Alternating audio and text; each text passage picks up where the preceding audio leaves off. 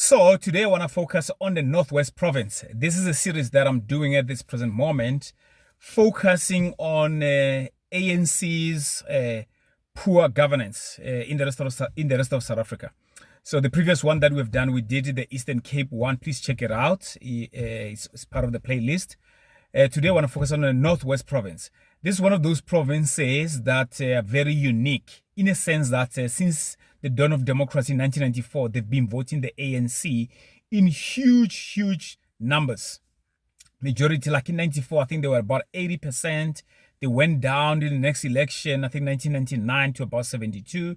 They came back again to the upper 80%, and they kept their 70%. I think it was only last year's election where the ANC lost its majority and all of that.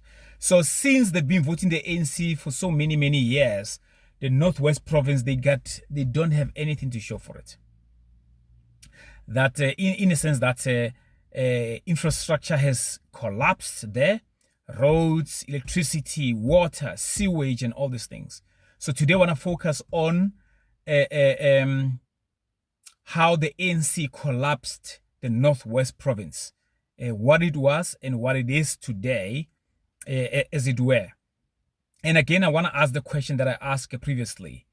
Why would people vote against their interest? What is it going to take for people to change? I think in the 2024 election, it showed some bit of change and people being fatigued in terms of voting for the ANC and not seeing the result and all of that. But it was not that decisive that another party could have came in and taken over the power, as it were. So we are in a government of national unity, coalition government and all that, and the ANC still holds the lion's share of that. So I want us to check out some of these clips that shows the huge disappointment that is the ANC in terms of how they governed the Northwest Province, how they governed that province to the ground. Poor leadership from national, poor leadership in terms of provinces, ANC politics, premiers being elected, being removed, and all this. Mostly internal politics within the ANC, as it were. That's what really caused the collapse of Northwest Province. Also, obviously, corruption. That's the most obvious one. The Northwest Province is rich in terms of platinum, lots of mines there, but the unemployment rate in that province is amazing, it's crazy, it's appalling, and all those things. So I want us to check out some of these clips and let me know what you think in the comments. Why would we as a people vote against our interest? Residents took to the streets to voice their frustrations. They say they have gone for years without water, even after taps were installed in their yards. It's been more than 5 years that we've gone without water. Our taps have no water, so as a community we're tired. The municipality has lied to us for too long. We've had many politicians who've campaigned with this issue, saying we should vote for them and they'll bring us water, but nothing happens. All we want is water. We are tired of dry taps. All we want is water. Right now, we collect water with wheelbarrows from the councillor's house. We go there with our children and wait in long queues just for water. Right now, we are dirty. Our blankets are dirty, and our children are also dirty.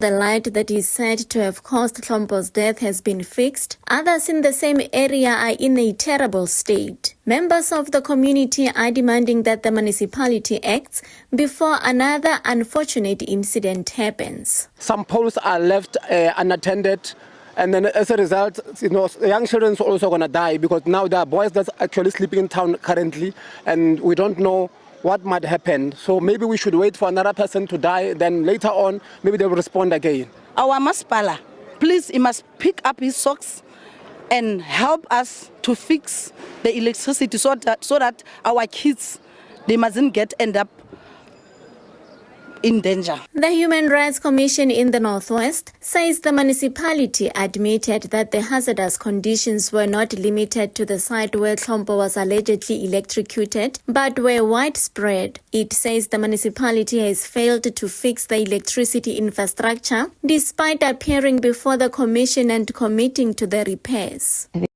Are one of the worst impoverished province whereby there are no roads. This is the province of potholes, and then that's what you call a budget dumping. That is exactly what the government is doing. Transport infrastructure is in a poor state, with the local airport largely underutilized. A 400 million rand SA Express tender was unscrupulously spent, and the airport's potential as a cargo port was also wasted. Consulting Engineers South Africa say such transport deficiencies have far-reaching economic impact. With rail networks and stations also largely collapsed, greater strain has been put on the congested roads, while snaking queues of trucks are backing up the country's border. The plans to revitalize the local transport infrastructure will deliver the necessary economic benefits and much-needed jobs. Hill Primary School is one of the affected schools. Learning was halted after ceiling collapsed in a number of classes. As a member of the school governing body, along with other parents, we are deeply concerned about the poor condition of the school. We have no proper toilets and the overall structure is in a bad state. You can see for yourself that the ceiling has collapsed. Just imagine the harm it could have caused if it had fallen while the children were in class.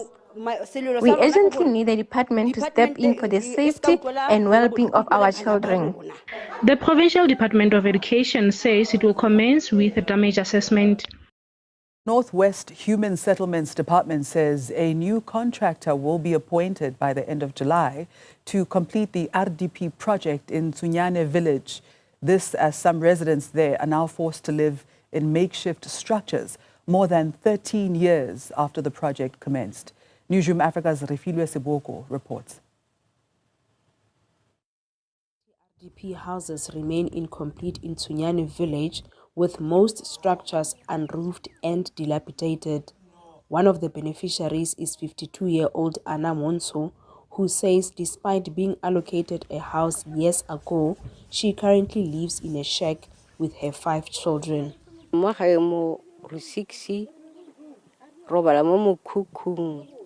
Re robala mo mokhukhung re pitlagane bana ba robala jaana ka set ka more mo mokhukhung rona re le bararo le basetsanya re robala ka ha ka more robala re pitlagane re o re khoromanela mo ka more le bana ha rena boroko jo bo ntle jo bo khatlisa.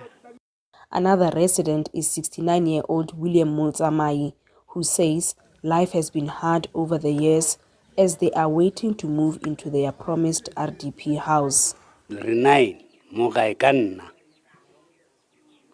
bana ke ba hudutshitse ke robala mo motlaganing ke robala la mo khoro o le ka dipula tse ntwe ke robala mo gona ka dipula tse ne di goroga tsa kgwedi yone tsa ngwaga yone.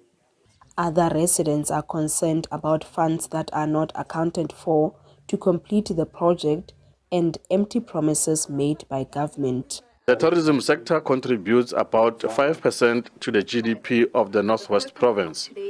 Businesses which are still recovering from the impact of the COVID-19 related lockdowns are calling on the authorities to support them by improving the infrastructure. Now my biggest concern is the non-existence or non-operating of the airport. There are no signages for tourists. They struggle around. For example, when you look at the Mafikeng Game Reserve, there's no signage to Mafikeng Game Reserve. Oftentimes, people go to the old Manyani Gate, which is not the entrance to the Mafikeng Game Reserve. Some of the challenges that we do experience is the issue of infrastructure. Roads, for example, are in bad conditions, and it makes it difficult for guests to come and visit our lodge. Government acknowledges that there are challenges.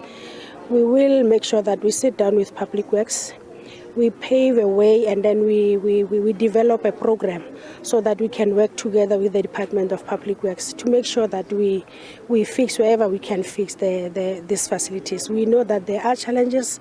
We also know that even the roads, it does not assist our SMMEs in tourism. So we are going to make sure that we work with the Department of Public Works.